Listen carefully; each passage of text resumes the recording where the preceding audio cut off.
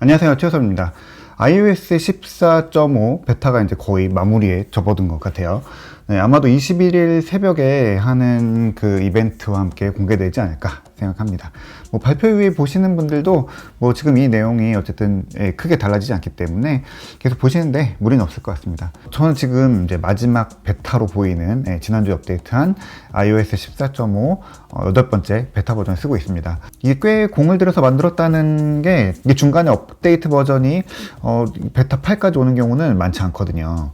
일단 가장 많이 잘 알려진 게 마스크 쓰고 애플워치로 페이스 아이디 잠금을 푸는 거죠. 페이스 아이디의 가장 답답한 부분이 이 마스크 썼을 때 잠금이 잘 풀리지 않는 거죠. 아이폰 10 출시 때부터도 그 봄에는 우린 항상 느꼈잖아요. 항상 뭐 미세먼지 때문에 마스크를 쓰고 나가면은 페이스 아이디 잠금이 풀리지 않습니다. 그게 이 아이폰의 고향인 뭐 캘리포니아, 뭐 쿠버티노 이런 데서는 황사나 뭐 미세먼지 이런 게 없으니까 마스크 쓸 일이 없어서 이게 불편하다는 거를 모르는 게 아닌가라고 생각을 했었어요. 근데 이제 들어갔죠. 그 이유나 과정 같은 거는 사실 그 달갑진 않지만 결과적으로는 지금 아이폰을 쓰기에는 아주 편리한 기능이 들어갔다고 볼 수 있습니다. 켜는 방법은 설정에 들어가서 페이스 아이디 및 암호 항목에 들어간 다음에 애플워치로 잠금 해제 항목을 켜면 됩니다. 그러면은 이렇게 애플워치를 차고 있고 애플워치에 잠금이 풀려 있으면 그냥 원래 페이스 아이디를 쓰는 거랑 거의 비슷한 느낌으로 잠금이 그냥 풀립니다. 그리고 잠금이 풀리면 이 워치에 투톡하면서 이제 탭틱 피드백이 오거든요. 그래서 잠금이 풀렸다라고 알려주고 또 화면에 메시지도 띄워줍니다. 뜻하지 않게 이렇게 뒀는데 누가 가져가서 탁 풀어서 볼 수도 있잖아요. 그럴 때는 여기서 바로 잠그기를 눌러서 원격으로 잠궈버릴 수도 있습니다. 이 원리는 간단해요. 페이스 아이디 카메라로 얼굴을 원래 인식하죠. 근데 마스크를 쓰고 있으면 보통 인식이 실패합니다. 그러면은 마스크가 있는지 이제 확인을 하고요. 아, 마스크 썼구나 라고 판단을 하게 되면 핀 번호를 입력하도록 했었거든요. iOS 14.5가 올라가면서부터는 애플워치를 체크를 해서 핀 번호 묻기 전에 애플워치 가까이 있으면은 그때 그냥 애플워치로 잠금을 풉니다. 이 잠금이 풀려서 쓰고 있는 애플워치는 내가 쓰고 있다 라고 판단하는 거죠. 아주 개인적인 기기라고 보는 겁니다. 물론 이거 불안하면 끌 수 있어요. 그런데 이 애플워치로 잠금 해제하는 거는 이미 맥에서도 잘 쓰고 있었거든요. 이 터치 아이디로 잠금을 풀 수도 있지만 애플워치를 등록해 놓으면은 애플워치를 차고 맥 앞에 있으면은 그냥 열면 바로 애플워치를 인식해서 잠금을 풉니다. 이게 아이폰에 안 들어갈 이유도 별로 없죠. 오히려 저는 왜 여태까지 안 들어갔지? 라고 생각이 좀 들기도 합니다. 그때 처음에 iOS 14.5 베타 첫 번째 버전 때는 조금 프로세스가 좀 딜레이도 있었고 좀 불안정하기도 하고 붙었다 안 붙었다 안 될 때도 있었거든요. 근데 여덟 번째 베타까지 오면서 이제는 아주 매끄럽게 잘 되고요. 뭐 실패율도 적습니다. 실패가 아예 없다는 아닌데 애플워치가 가까이 있다는 거를 잘 인지하지 못하는 경우들도 있는데 이제는 꽤 자연스럽게 잘 풀립니다. 근데 아까도 잠깐 얘기했지만 누가 이렇게 가져가서 옆에서 풀면은 어떡해요? 라고 할 수 있어요. 보안 무섭죠. 근데 생각보다 그렇게 허술하게 해놓진 않았어요. 일단 워치가 잠금이 풀려 있어야 되고요. 거리가 너무 떨어지면 안 돼요. 한 2m 정도까지는 되는 것 같은데 뭐 안전하게는 한 1m 정도, 그러니까 팔이 닿는 데 정도 안에서는 되는 것 같아요. 그러니까 꼭 애플워치를 찬 손으로 들진 않아도 반대 손으로 들어도 됩니다. 그래서 뭐 이 정도 떨어져서도 인식이 돼요. 그리고 가장 중요한 거는 이게 그냥 계속 되는 게 아니라 하루에 한 번 이상 정기적으로 페이스 아이디로 잠금 해제를 해야 돼요. 그리고 하루에 한 번 이상 이 아이폰을 마스크를 벗고 페이스 아이디로 잠금 해제를 해야 애플워치로 잠금 해제가 원활하게 됩니다. 그래서 애플워치 갖고 계시면 지금 이 기능은 그냥 무조건 쓰시면 됩니다. 근데 원래 iOS 14.5의 메인 기능이 이 마스크 쓰고 잠금 해제가 아니에요. 이거 말고 바뀐 게 되게 많습니다. 일단 뭐 간단한 기능부터 빨리 짚어볼게요. 일단 시리가 조금 발전했습니다. 아직 뭐 한국어 때문에 좀 불편하게 느끼시는 분들이 있을 텐데 어쨌든 한국어 시리도 계속 발전하고 있고 좋아지고 있는 거는 사실이거든요. 언젠가는 좀 우리가 만족할 수 있게 되겠죠.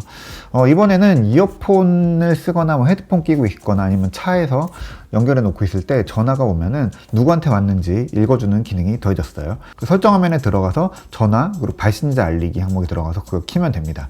차에서 알리는 옵션도 있어요. 헤드폰이나 차나 아니면 둘 다 이런 거 고를 수 있거든요. 전화가 왔을 때 누구한테 왔는지 벨소리와 함께 알려줍니다. 이게 시리가 메시지가 왔을 때는 이전부터 읽어줬었거든요. 근데 전화를 알려주는 기능이 더해졌다라고 생각하시면 됩니다. 메시지 읽어주는 거 혹시 모르실 수도 있을 것 같아요. 이거 설정에 들어가서 시리 및 검색에 들어가서 메시지 읽어주기 체크를 하시면 됩니다. 이 시리 API도 공개가 돼 있어서 그 아이메시지뿐만이 아니라 다른 메신저들도 여기서 켤 수 있는 것들이 있으니까 들어가서 이 메시지 읽어주는 거를 켤 메신저들을 따로 골라주면 됩니다. 그리고 이거는 저도 자료만 보고 직접 해보진 않았는데 기기를 처음에 셋업을 하면은 시리의 목소리를 고를 수 있도록 설정해서 하는 것 같아요.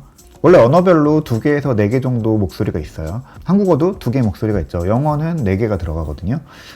이제까지는 이게 기본 목소리가 있고 원할 때 바꿀 수 있었는데 이제는 처음에 셋업할 때 4가지 목소리 중에 아니면 우리나라 한국어는 2가지 목소리 중에 이제 고르도록 했어요. 이건 뭐 개인화에 대한 부분도 있을 것 같고요. 어시스턴트의 성별 같은 것도 선택권을 주는 것 같아요. 뭐 이모지도 개선되는데 이것도 아마 좀 비슷한 맥락에서 이어지는 것 같아요. 피부색 바꾸는 옵션이 들어갔는데 이게 이전에도 원래 있었죠. 뭐 엄지 이렇게 뭐 좋아요를 하더라도 피부 색깔을 고를 수가 있었는데 이게 커플 이모지들이 있거든요. 애정 표현을 하는 그런 특정 이모지들이 있는데 그 커플 이모지에 사람이 2명이 있는데 그 2명의 피부 색깔 그리고 성별 이런 것들을 마음대로 고를 수가 있게 됐어요. 그래서 이모지를 길게 누르면은 그 이모지 셋업 화면이 나와서 원하는 대로 설정하면은 그 이모지가 전달이 됩니다. iOS가 아닌 그리고 14.5가 아닌 그런 기기에 전달을 하면은 조각조각 찢어져서 나가는데 그래도 대충 의미는 통합니다. 어떤 의미로 만들었는지 그걸 전달을 하는 데는 무리가 없고요. 14.5끼리는 만들어진 이모지가 그대로 잘 전달이 됩니다. 글로벌로 쓰는 운영체제이니까 이런 다양성 존중하고 이런 것들은 굉장히 필요하고 또 중요하고 애플이 잘하는 부분이라고 봅니다. iOS 14.5의 사실 가장 중요한 부분은 개인정보 관리거든요. 애플이 가장 신경 쓰는 게 개인정보죠. 가장 기본이 되는 권리라고 항상 이야기를 해요. 이게 스티브 잡스까지 올라가는데 사람들의 데이터로 우리가 뭘 할지 매번 사용자들한테 물어보고 어떻게 쓰이는지 매번 알려줘야 한다라고 이야기를 했거든요. 그게 이제 전체적으로 아직까지 애플이 개인정보를 다루는 기본 원칙으로 자리 잡고 있어요. 뭐 사실 시리가 좀 만족스럽지 못한 부분들도 있고 특정 기능이 좀 성에 안 찬다라고 하는 경우들이 있는데 그런 것들이 보통 이렇게 보수적으로 다루는 개인정보 관리가 좀 한몫을 하는 것 같습니다. 그렇기 때문에 조금 뭐 감안해야 되는 부분도 있을 것 같고요. 그거는 뭐 개인마다 받아들이는 가중치가 좀 다를 수 있겠죠. iOS 14.5는 원래 iOS 14에서 생각하던 보안 기능들이 이제 본격적으로 자리를 잡아가는 그런 단계라고 보면 됩니다. 개인정보를 활용하는 앱들한테 어떻게 쓰는지 강력하게 이제 활용처를 알려주라라고 이제 하고 꼭 동의를 받도록 하는 게 핵심이에요. 이게 뭐냐면 우리가 쓰는 앱들이 사실은 우리가 모르는 사이에 개인정보를 상당히 많이 가져갑니다.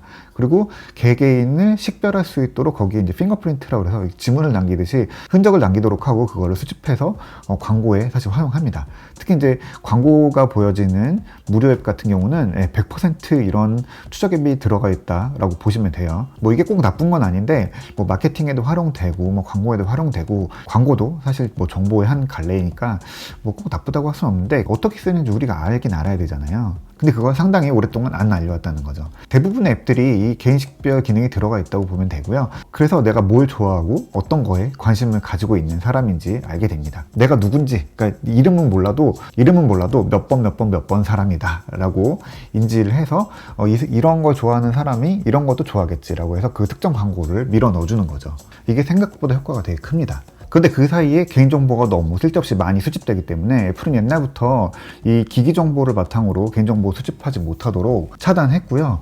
기기 식별번호를 앱이 수집하지 못하게 막은 지는 벌써 한 7, 8년 됐고, 또 무선랜의 맥 주소 같은 것도 고유 번호이기 때문에 그걸 계속 이제 랜덤으로 가짜 번호를 만들어서 계속 바꾸도록 하는 그런 기능도 들어가 있죠.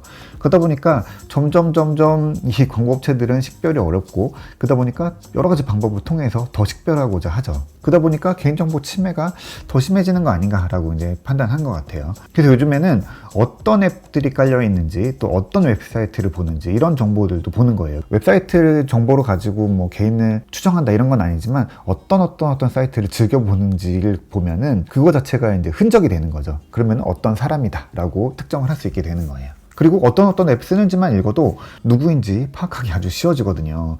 그게 이제 타겟 광고에서는 되게 중요한 정보고, 요즘에 개인 식별이 더 어려워지기 때문에 이게 더 비싸게 팔려요. 그래서 뭐 브로커들 통해서 굉장히 비싸게 팔려 나갑니다. 그게 뭐 개인정보법에 걸리냐 안 걸리도록 만드는 거죠. 왜냐면은 누군지는 모르니까요. 어떤 가상의 사람이 있는데 그 사람이 쓰는 기기는 이런 기기인 것 같고 그 사람이 이런 거 좋아해 라고 그 정보만 묶어서 팔면은 지금 법으로 규제할 수 있는 방법이 별로 없습니다. 그래서 이게 뭐 경매 시장에 나오기도 하고요. 우리네가 모르는 사이에 알게 모르게 많이 팔려 나간다고 해요. 그러다 보니까 OS 업체들은 이런 거를 조금 규제할 수밖에 없죠. 그래서 이번에 더한 게 이용자 식별할 수 있게 하는 정보 접근 권한을 좀 낮추고요. 수집하는 시점에서 이용자한테 다 허락을 받도록 한 겁니다. 기본적으로 이제 그동안 허용되던 거 다 기본적으로 막힙니다. 그래서 동의를 받아야지 수집할 수 있도록 하게 된 거죠. 그러니까 아마 대부분은 이거를 거부를 하게 될 겁니다. 새로운 광고 방법이 이제 필요하게 된 거죠. 그래서 애플도 이거에 대해서 새로운 광고 플랫폼을 내놓긴 했어요. SK 애드 네트워크라고 해서 개인정보를 수집하지 않고 가장 최소화해서 광고 효과가 떨어지지 않도록 할 수 있는 광고 플랫폼을 내놨다고 해요. 저도 사실 그 자료를 읽어보긴 했는데 조금 더 읽어보고 이건 자세하게 이야기 다시 해드릴게요. 근데 일단 애플은 효과가 떨어지지 않는다고 하고 광고 업체들은 이제 예전처럼 광고를 할 수 없게 됐다라고 이야기를 하고 있어서 조금 애매한 부분이 있는데, 그리고 이게 또 애플의 광고 플랫폼을 쓰라라고 이제 어떻게 보면은 강요하는 것처럼 비칠 수도 있는데, 사실 광고업계에서 이걸 가지고 뭐라고 하기도 좀 사실은 애매합니다. 왜냐면은 그동안 사실 막 수집했던 거, 불법은 아니지만 우리한테 우리의 정보를 알려주지 않고 막 수집하던 것들을 사용된다는 걸 이용자들한테 이제 알려줘야 되고, 또 수집하게 할지 말지 이거를 개개인이 이제 선택할 수 있도록 하는 거니까 이거를 반대하고 그냥 몰래 수집할 수 있게 해줘라 라고 말할 수는 없죠. 그래서 광고업계의 이거 이슈긴 하지만 사실 다 떠나서 이용자들은 더 이제 편안하게 안전하게 이제 내 정보가 팔려나가지 않고 우리가 앱을 사용할 수 있도록 해주는 기반이 이제 갖춰진 거죠. 기본적으로 이제 보안 수준이 올라가는 거고요. 애플도 이걸로 광고 시장이 위축되지 않게 했다라고 하는데 그건 좀 지켜봐야 되겠죠. 네, 그래서 iOS 14.5는 이제 곧 배포가 될 거고요. 보안과 애플워치 통한 페이스 아이디 잠금 해제 이 두 가지만 해도 업데이트 하실 만한 가치 충분히 있을 것 같고요. 이제 iOS 14의 안정성 같은 거는 문제될 건 없죠. 기존에 14 잘 쓰고 계셨으면은 이제 빨리 업데이트 하시면 될 것 같습니다. 네, 오늘 이야기는 여기까지 할게요.